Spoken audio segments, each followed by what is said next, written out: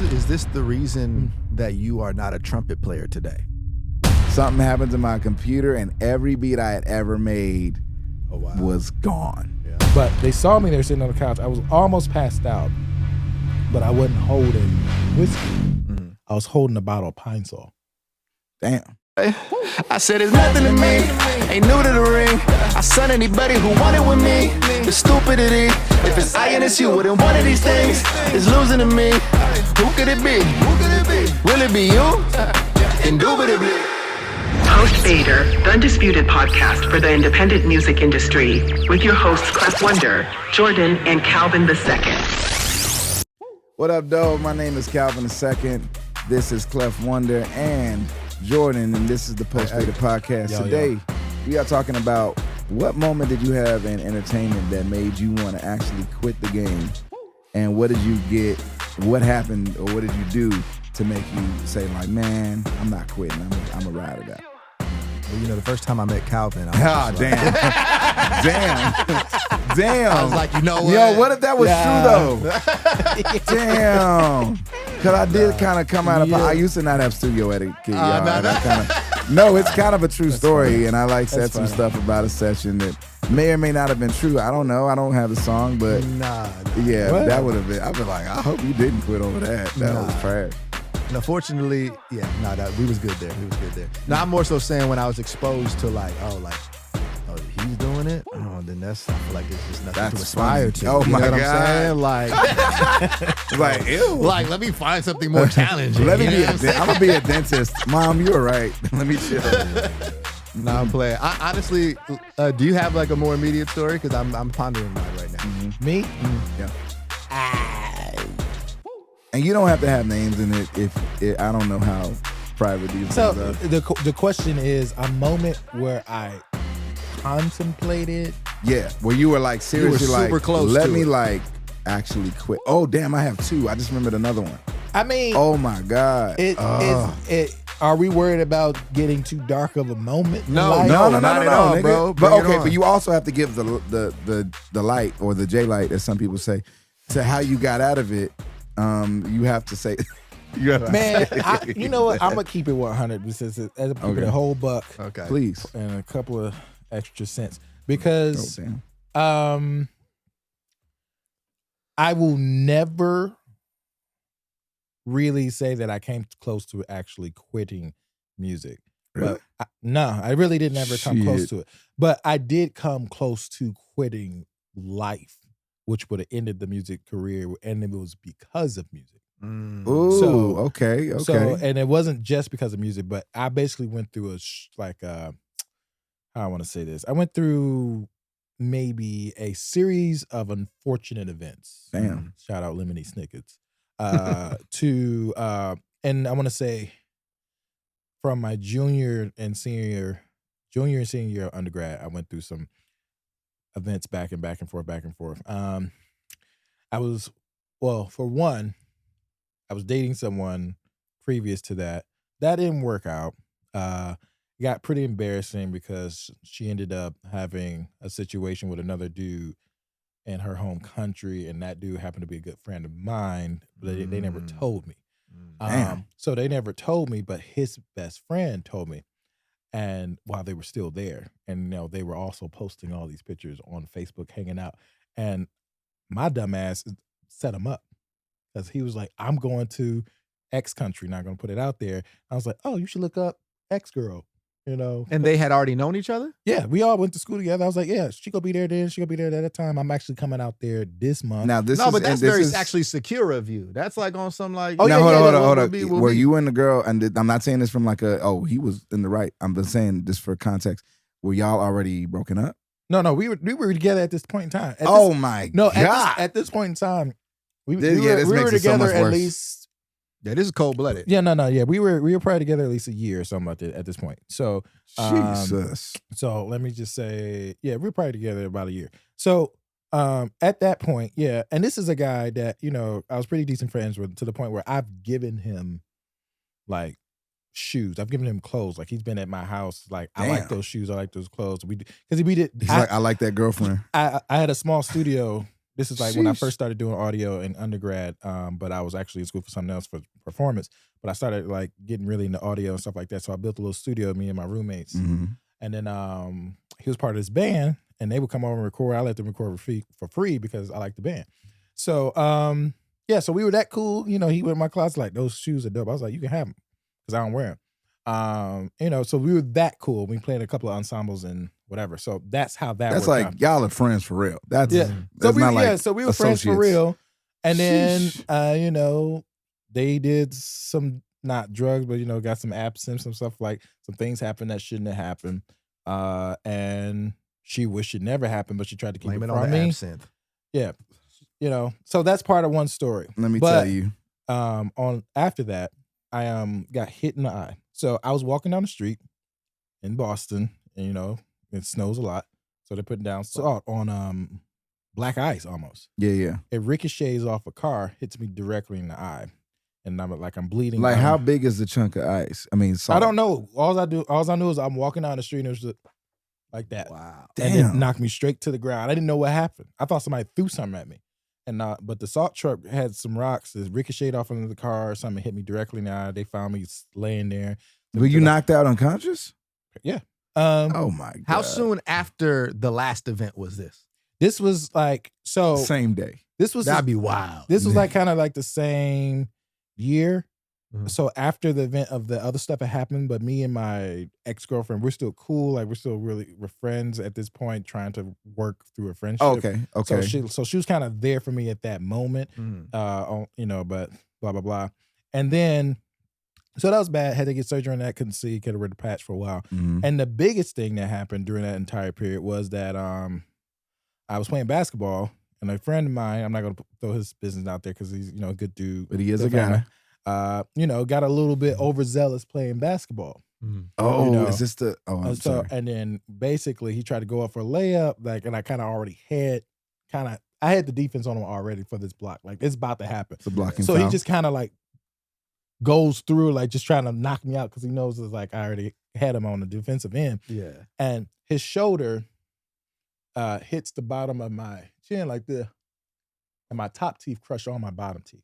Oh shit. So this is all within like a 7-month period where I lost vision in this eye, lost all his bottom teeth. Keep in mind, I'm a trumpet player in school for trumpet, on scholarship for trumpet. Yeah. Oh wow. So I can no longer play.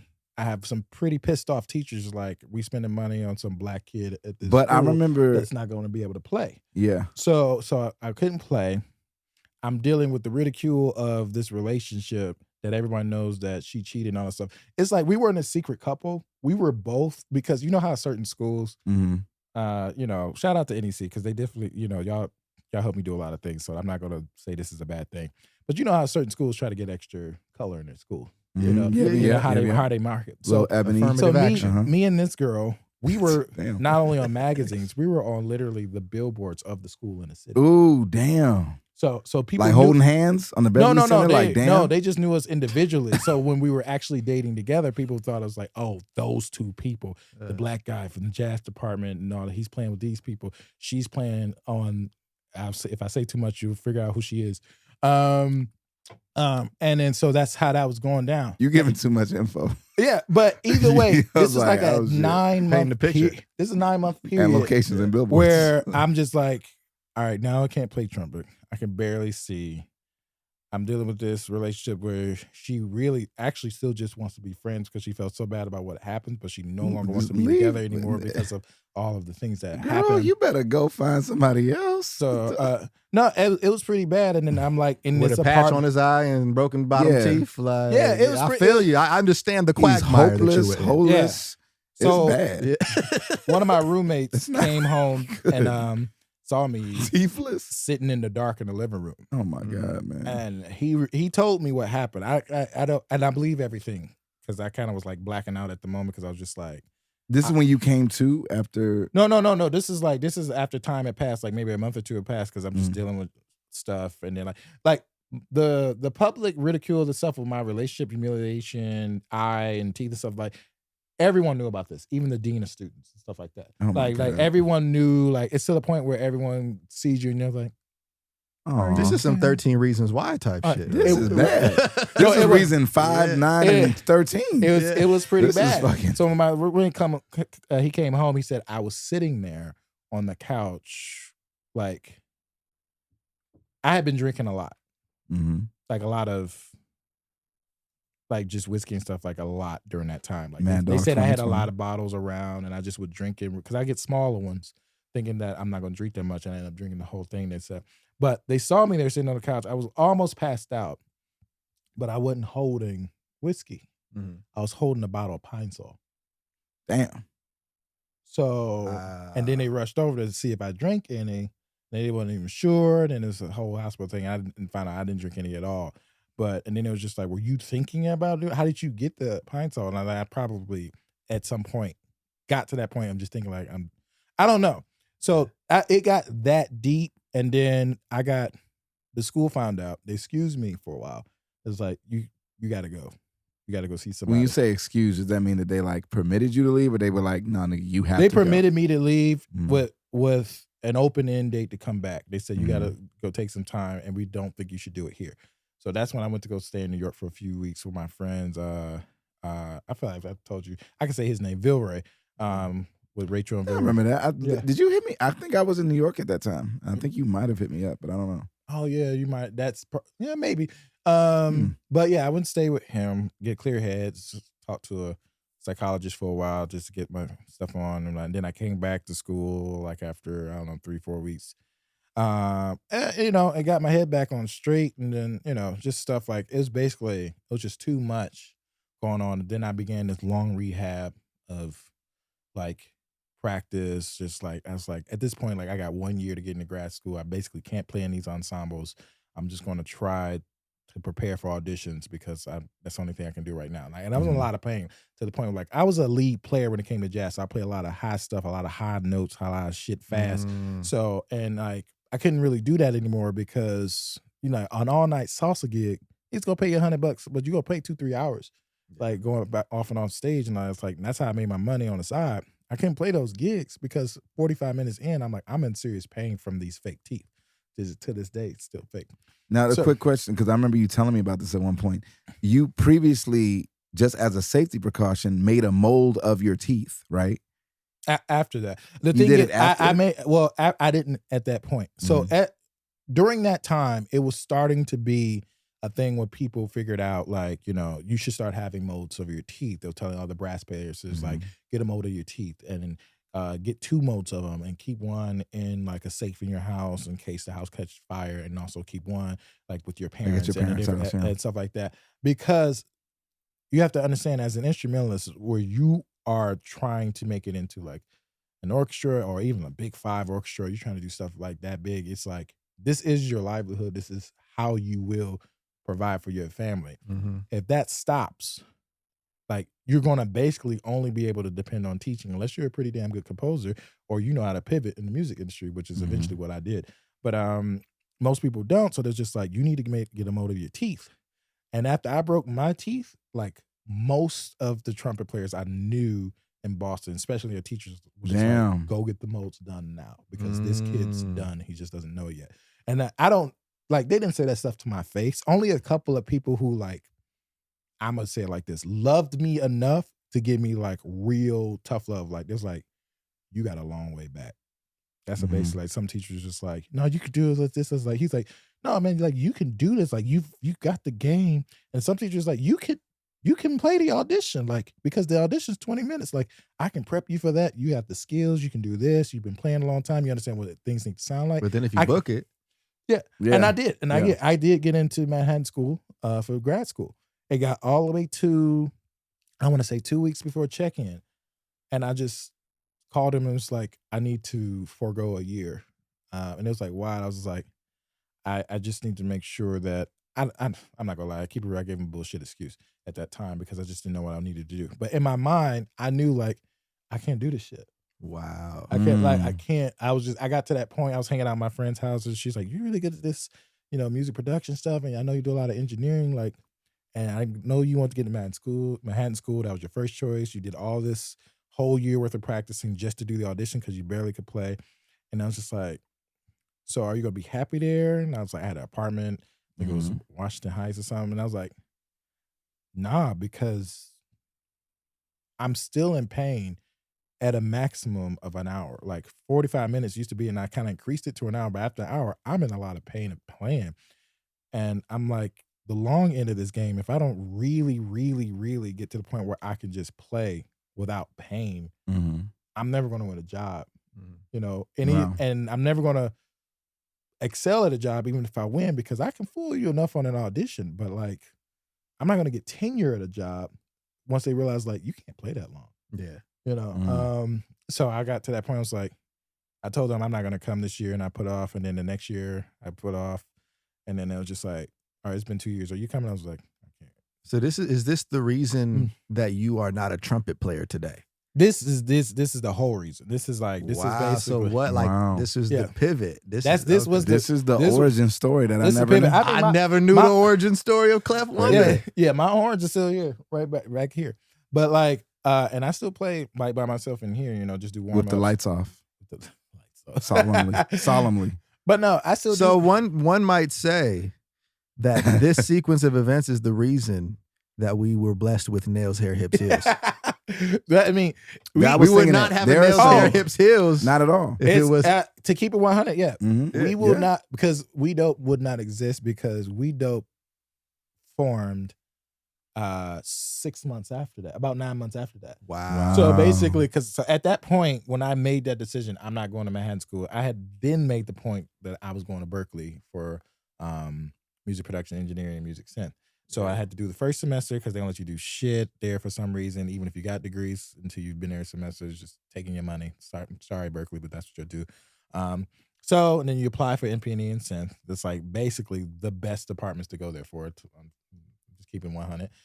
He's biased though, but it's still true. I'm super biased, but it's also true. NP&E and synth, I don't even know if they synth, they call it something different now.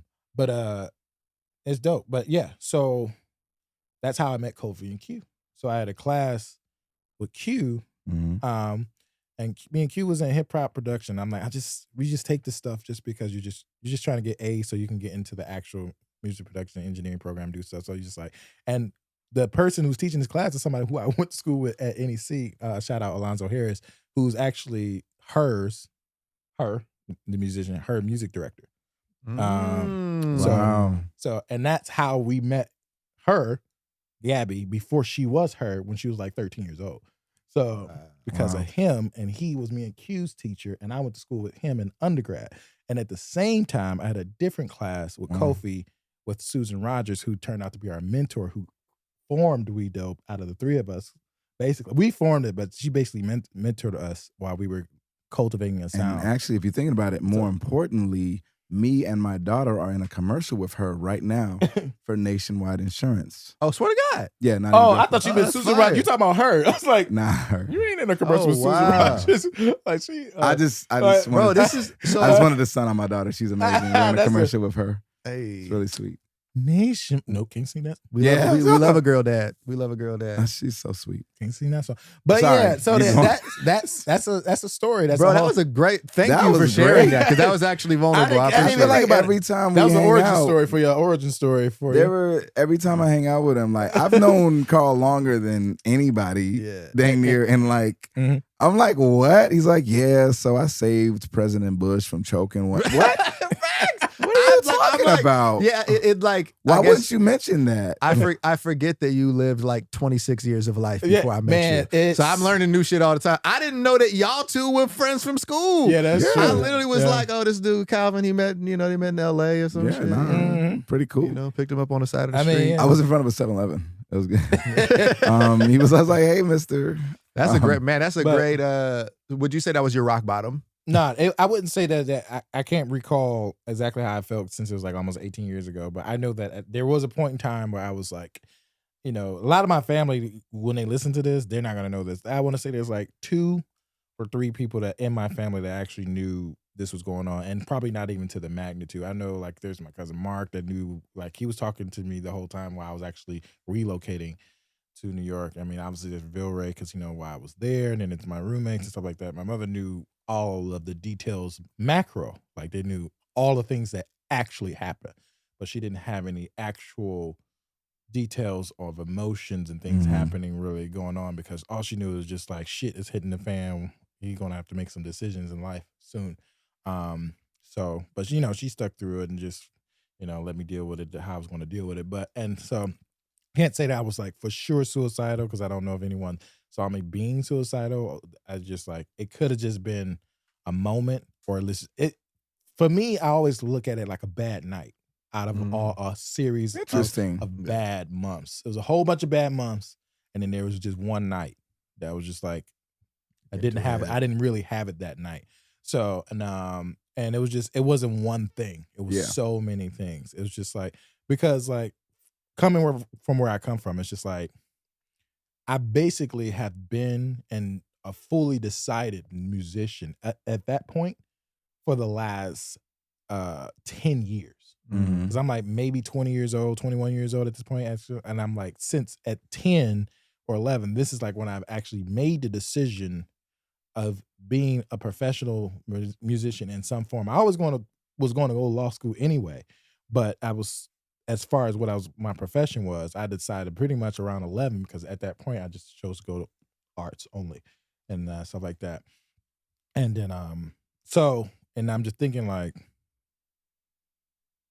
I don't know if I can do this shit anymore, because like I had these dreams. I was going to be in this orchestra. I was going to work my way up from this orchestra if I had to. And then once I got this orchestra, then I was going to wait until I got tenure, and this is what I do. This is where I'm going to live. I'm going to live out here. I'm going to move to Canada. Yeah, you had it all laid out. Yeah. Oh, yeah. And then that makes sense. sense. And it was just like, fuck your plans. God, nigga. God said fuck your plans. God was Divine stepping in and was just misdirection. like, you are not going to do any of this. And then I had a teacher. I thought all of this was divine intentional. redirection. I literally was up there like, oh, Carl wanted to do. I did not know it was a whole career shift. Yeah. I had a, and you know what? Some people are going to take this the wrong way, but I had a really good, and I'm going to shout him out just because I don't like people taking it negatively.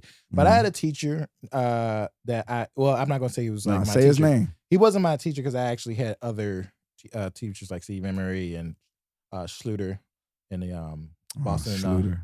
But his name Ben Wright, who's in the Boston Symphony Orchestra right now, and, you know, world-class trumpet player and teacher in Boston for sure. He gave me a lot of the stuff I needed to hear, especially during that time. Because even before, he would just let me know, like, it's not a lot of black people in this industry. I'm just gonna tell you right now. And he wasn't saying it as from any form of race. He's giving you straight up facts. Like, these are endowed chairs. Endowed chairs mean there are people paying for us to sit in them and play this ridiculous music all the time. Like, this is why we don't play a lot of new things, because we have to play what all the old people want us to play every year. And they come from a time and a place where they're not used to seeing black people up on the stage. So it's like, you know, and that's basically what he says. He's like, not that you can't be black in the Big Five orchestra, not that you can't be black in any orchestra. He's just saying, like, it's already that working against you, and you just broke all your teeth. So basically, he's just like, you already had this mountain to climb, but for some reason now you're trying to go to the moon. So, not saying you can't get to the moon, but how bad do you want to go to the moon? Basically, that's really what it comes down to. He was like, how bad do you really want it? Because I mean, that's great that he made you fully aware of what you up against. Like, he let me know. He's just like, I'll take a hard truth over a soft lie any day. It was a hard truth. He was just like, you can make this decision if you want to, but it's a long hill. Like, even when you go to grad school and when you get out, like, you might end up being a professional student. You might have to go to get this degree just to stay in school. So, because you may not have a job to pay student loans back. So you just have to keep getting back in school until you win a job. And you might not win a job for 10 years from now. And I'm already 21. And I'm like, and that's not uncommon. Some people don't win jobs in their 20s. You know, so I was like, and he's like, yeah, you working back from injury. You got all this stuff. You black. Like, He's like, which is really, it just really just poses the question again, how bad do you want it? It's not like someone discouraging you. He's not. He's so much as just like, hey, this is what it is. So it's like, you know. I mean, and I know he was always looking out for me like that, because in real life, I'm just keep it 100. I couldn't afford to pay him lessons for a while, because I couldn't even afford to work at that time. So he would I would actually do labor with him to pay off my lessons. And no, it wasn't like the labor like him just sitting around drinking iced tea while I raked his leaf. This dude was like, we're gonna paint the house. So I was like, cool. And this dude would take his shirt off and we will just we will both paint his house. Yeah, but anyway, enough about me. Let's keep it light. Let's keep it light. Let's keep it light. Thank you for sharing that though. Thank you for sharing. Yeah. What about you? It. What'd you think? I feel like so I've never really thought about quitting music because I don't have any other skills. No, no, it's true. I don't do anything else. It's true. However, I will say that I felt like, or I feel like I quit. I had to quit my relationship with music and how the current dynamic and how it was. You know what I'm saying? Okay, like cool. I could say that way better, but essentially, I feel like my introduction to the music industry was like freelance writer, you know what I'm saying? Like trying to work myself into like producer fees, you know what I'm saying? Like working with like young artists with like rich parents, you know what I'm saying? Like that whole and rich grandparents sector of creating music, you know what I'm saying? Like having to answer to like managers and like there was just this hierarchy of like opinions and taste makers and stuff that I had to answer to. Yeah. So I feel like in my early 20s, I just realized like, wow, like I've gotten deep in this. This is not what I came here for, but I got deep in this just by way of like wanting to pay my bills and wanting to have a career in music. You know what I'm saying? Okay. So for me, there was kind of an era where I was just wandering, you know what I'm saying? Where I did, in a sense, quit music, where I was just like, you know what? Like, I would rather go out here and drive Uber, you know what I'm saying, for 8 hours a day just to make sure my bills are covered and I can just take on whatever creative projects inspire me. You know what I'm saying? Yeah. But then it ended up turning into, honestly, just me driving Uber all the time. You know what I'm saying? There was definitely a season where I wasn't really doing sessions or, you know, wasn't really plugged into the industry. And then there was a point in time where I was like, yo, I kind of like this regular shit. Like, this is kind of nice. Yeah, like, being basic is cool. not basic. Oh, that's the derogatory word. Like, just like, I like. Wait, being basic is cool. No, that's funny. Being basic is derogatory. It's like, damn. Yeah. I guess it is. I just like, it Yes, is. it is. It is I liked derogatory. what I felt like was normalcy at that time. Like, I liked being able to just do busy work and to check out to know exactly where my bag was coming from. Okay. And there was a point where, and also too, I was like, kind of like early to mid 20s, and I kind of went through this spiritual phase too, like kind of touching on some of the stuff we talked on the narcissism episode, but just like just the idea of like, who am I? Yeah. What is an identity? You know what I'm saying? Am I just conditioned to be this way? Is this just my trade and I'm identifying with my trade? You know, like there was just this whole series of questions that I was asking myself. So there was definitely a time where I would identify as an Uber driver. That's what I would tell people. I'd just be like, they'd be like, what do you do? I'm like, I drive Uber. You did do that for a minute. I didn't even want people to know I did music. You know what I'm saying? Like I wanted to experience just This that life. Yeah, just life. You know It was what I'm like saying? he went from J Light to J Dark, and it wasn't that bad. Jesus. It wasn't. No. It was. There you Sorry. go. J Dark. It sounds The bad funny when you thing repeat is, it. like that's gonna be. It sounds bad when you somebody's repeat J it. Dark out there already. Nah, it was, There might be. what I will say is that like it was a season that really filled my cup. You know what I'm saying? And then once it was done, it was like, okay, this is for the birds. You know what I mean? Yeah. Like well, once I got a taste of it, and I was like, okay, I'm really dependent on this, and like, okay, like I know what this is about, and especially just starting to experience like, you know, people talking down to you in your car. You know what I'm saying? Like, yeah, like as an Uber driver, bro, people talk crazy. I'm not gonna lie. Okay, crazy. This is like the first time that I'm Crazy. held in that that regard shit. where people are looking at me as like the help, you know? And granted, I don't yeah. subscribe to that, but I'm just saying that's like, you know what I'm saying, what they were kind of. People who take Ubers to be. Oh God! Slight segue. Go ahead. I don't want to segue off that, but I'll just say one. It cracks me up the hierarchy you can be having about someone who has a car. Yeah. Dude. And Damn. you are taking a pool with other people, Right. sacrificing whatever time needed, because I guess your time's not that precious, to save the $2.72 just because you can share that pool with someone who didn't shower that day. But you're going to It's actually required that you don't. yeah, but you're going to judge the driver who has the car, who could at any point say, "Get out. I'm going to do something else." Yeah, we have Versus to. You can't get to where you're going without this motherfucker. We definitely have to have a. So like, I'll just let you. I just going to say that, but yeah, go back to We definitely have to have a gig job episode because I want to. Oh, my yeah, we God. should talk about that for Let's- sure. Oh, gig job. Yeah. Oh, that's my gonna be an God. episode. That's gonna be a That's whole gonna- episode. I'm gonna teach you how to But, survive and thrive Yeah, nah, for in sure. LA. But so yeah, like I definitely had my season where it gave me a lot of peace and solace to think about the idea that I could quit.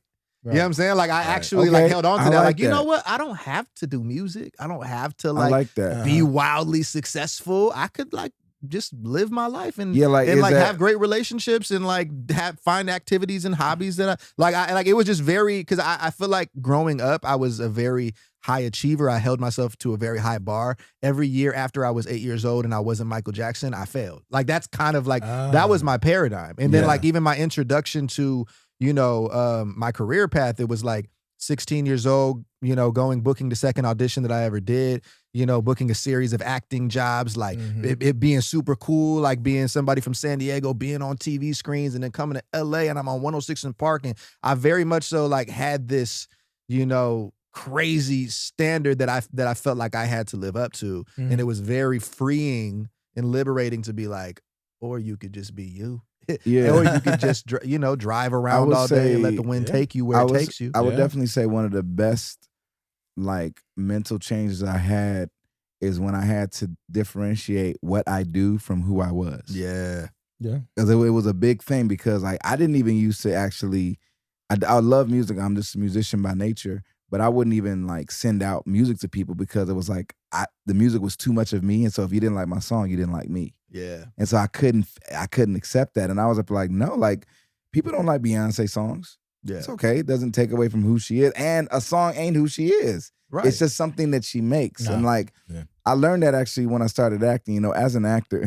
because you know I'm an artist and an actor. As an actor and If musician. you caught when he was going to say it, you have now won the opportunity of hearing it again. It's been a minute since I've been able to call that back. No, but but doing both like acting, because with acting, it's all this other character. I'm rarely ever who I'm portraying. And so I brought that energy into my music and it was so freeing. It was like, yo, this is just something I'm doing. Like, you don't know me because I wrote you like a song. You maybe know a little chunk of me. Yeah. But there's a billion more chunks. So can you say you know? And so once that it was like, oh yeah, like because I think a lot of times when you don't have that, your success or failure in a field is I'm a success or failure. No, that's just this season of this thing that you're doing now. It's not an indication of who you or what your worth is or who you are. And it's so freeing when you had that. So I really definitely agree with that. Nah, for Our sure. first T-shirts to go on sale will say, "As an actor." ... That's funny. That's hilarious. That's hilarious. As an actor and musician, you have to put Hell yeah. My God. No, that's a separate shirt. That's so funny. As an actor is the $18 shirt. The $24 shirt is acting as an actor, and musician. That's hilarious. You know. Yeah. But no, so I would say that, you know, that's probably the closest thing that I experienced to quitting, and it wasn't a negative connotation at all. I feel it was a huge part of me finding my identity and like redefining, you know, what success looked like for me. And I feel like when I emerged from that place, it was honestly ridiculous how things organically fell into place for me when I did decide, like, all right, I'm gonna come back to LA. I was living out in Hemet for a little while. I went out to Atlanta for like a month. Like I was just flowing. I was doing spoken word poetry, which is, you know, the only reason I say that's a thing because I don't do that. You know what I'm saying? Yeah, But yeah. I was just trying to find it. I was trying to figure out.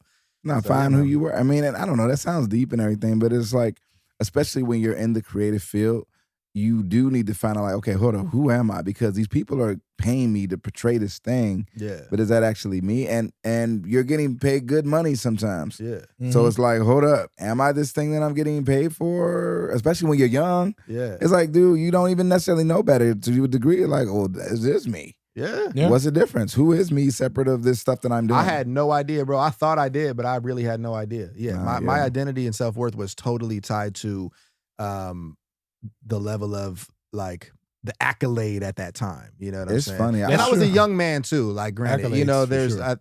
the grace for it was like who I was who I thought I was going to be coming out of high school. You know, so I think everyone needs that, you know, gap in time where you really figure that shit out. I tell you. Well, my stories aren't as interesting as y'all's, but thankfully, y'all stories was 8 weeks long, so it was.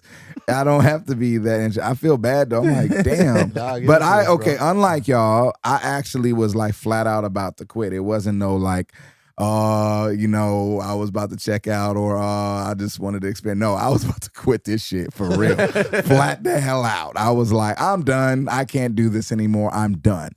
The first one, and this isn't, I don't know, if you're a producer and you've experienced this, you'll understand my pain. If you're not, you won't. At a certain point, I was only making beats. I was just Calcutta beat producer and everything. I made beats. I was beating it up, boom, boom. Oh, really? Jeez. I came in the game making beats because the band that me and Clef were in, if we wanted to play songs off of the radio, we had to score them out. And so I scored out a couple of songs, Try Again by Aaliyah, and what was the other one? Don't Know What You Got, Janet Jackson, produced by Jay Dilla, which he didn't really get credit for, and also featuring Q-Tip. Anyway, so quick little DJ story. liner notes. Yeah, right.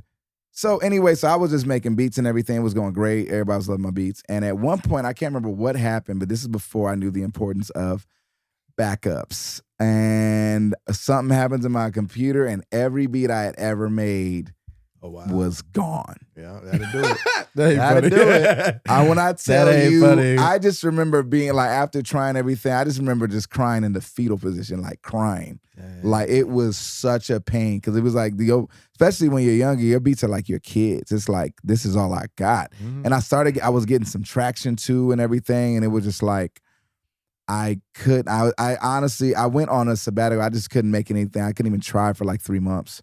And it was just so bad and whatnot. And I think that eventually, I think I was in New York at this time, but eventually I booked like a voiceover job. And I was like, well, let me get a computer and everything because my computer had died and stuff. And I got a computer. I got a good deal on it and everything. And, started and I made a track. And I maybe got the computer for $200 or $300. It was like an HP. It was cheap. I still have it actually, I think. And the first beat I made on it, I ended up selling that beat for like $500. And I was like, all right, nigga, you back. Nigga. Hey, try to keep me away. But so I was, and that's all you needed. That's all you needed to flame. It was just like, you know what, like, because I really did enjoy it, but it was just like, Calvin, I talked to myself. I was like, Calvin, you just gotta back up. It's these things called hard drives. You gotta have a backup. And this, before clouds and stuff, which, he's the king of this. But ever since then, I have backups of stuff. I mean, going back too far. I actually have too much information now. I'm like, okay, I'm not gonna finish this beat. Let me just delete it. That's true. There's no such thing. But so that was one time. That was bad. I was so hurt. I think the other time, let me see. And it wasn't, okay, this one, I don't know if this counts as a really quitting music, but it kind of does. So after, during college, I was interning at Def Jam. And then the next year, I interned at Atlantic Records and then started working at Atlantic Records and everything. And that was really cool.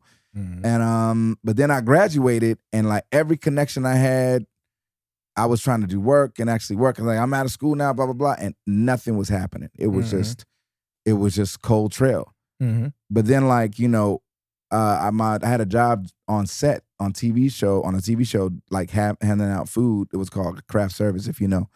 And it was called. It's still called craft service. But no, and so I'm doing that and everything, and like every door is opening for me. Like I'm the lowest person on the totem pole. The director and producer of this show, it's on NBC, is like from the same city I just graduated college from. He's still my mentor to this day.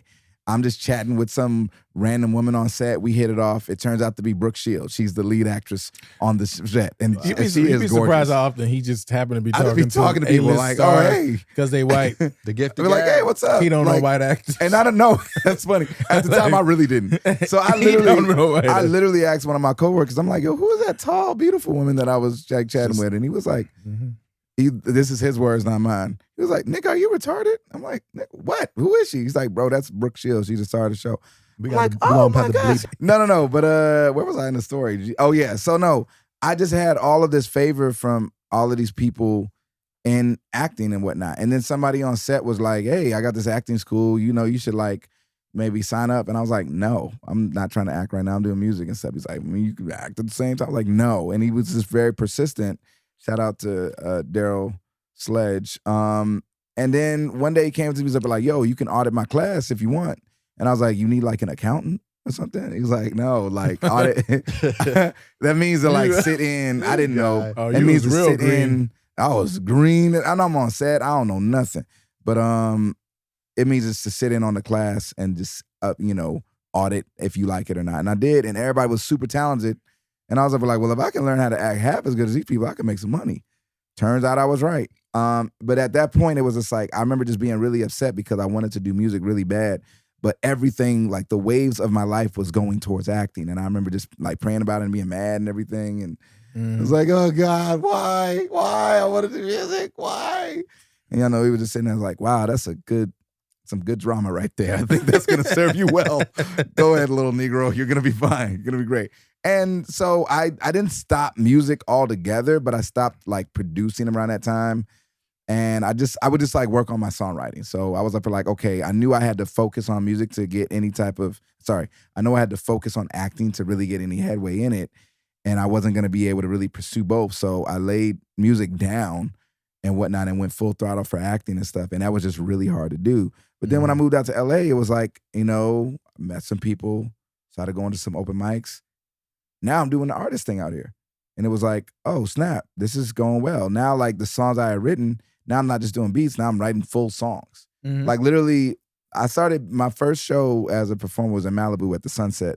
It's a little restaurant in Malibu. And it came about because one of my friends, I was in this play, now I'm acting. And one of my friends like, oh, you do music, right? We need somebody to open up for us at this thing and whatnot. You want to perform? It's like in 2 months. I was like, yeah. He's like, you got a band? I was like, yeah. I had no band. I had never performed before. I just said, yeah. Like a yeah leapt out of me. I just said yes. In a month, I had a band. They knew 3 of my songs, and then we performed. And I was like, oh, this is lit. Oh, I could do this. And so it took me to a whole nother thing. And so I came back from that just by trusting the second one. The first one, I came back by just, trying one more time. And it, worked out. And I was like, okay, I got it. The second time, it was more so by trusting God, really, to like, okay, you brought this is your gift that you gave me. If you gave it to me, I can set it down. Because it was like so abundantly clear, like, nigga, try acting. Try it. Give it a shot. And I didn't want to, honestly. I wasn't trying to do that. It's not what I wanted to do. But I was like, I'm so glad that I had enough faith to just follow that, because I feel like I would have just been another frustrated entertainer in New York, just trying to fight against the waves of life. Yeah. It's one thing. I mean, I'm talking about good opportunities. I had all these relationships in music at the time, nothing was happening. I had 0 relationships in acting. Everything's happening. Yeah. So it was like, all right, let me not fight against this. So got to go with the flow. Exactly. Learn and that way. I know sometimes like we, are like, oh, you want to do this thing, you have to have passion, but also like you have to be smart. Right. Like, hold up. Clearly you should try this. Like this might be a little nudge, like, hey, try it out. Now, like, I do music and everything, and music's been paying me more and more money every year. But let me tell you, acting has sustained me. I don't have to have like a 9 to 5 and everything, because I be having checks rolling in from jobs I did months ago. Right. It's a blessing. So like, I'm glad I could do both and everything now. But so, really, and then I came out, man, I done did so much music stuff and have so much more to do, just like by not being scared of, okay, setting it down. Like, because then being able to set it down really did help me to make that distinguishing, like, oh, actually, hold up. I make music, but I'm not music. Yeah. It's just something that I do. What I do. It's not, it doesn't define me in and of itself. No, for real. Because like, and also, man, acting made me such a better musician. I couldn't write songs that I'm writing now if I hadn't been acting. If I hadn't learned to like actually touch and tap into emotions. What? My stage presence, everything is different. Everything is elevated because of me actually just trusting the process and whatnot. Anyway, so. Yeah. I mean, I honestly forgot about the how we came back from it part. I don't think I included that. Oh, yeah. Y'all you showed us Jay Dark, but he didn't show us Jay Light. Show us. The quitting joint. So I'm like, I got to get in touch with my story.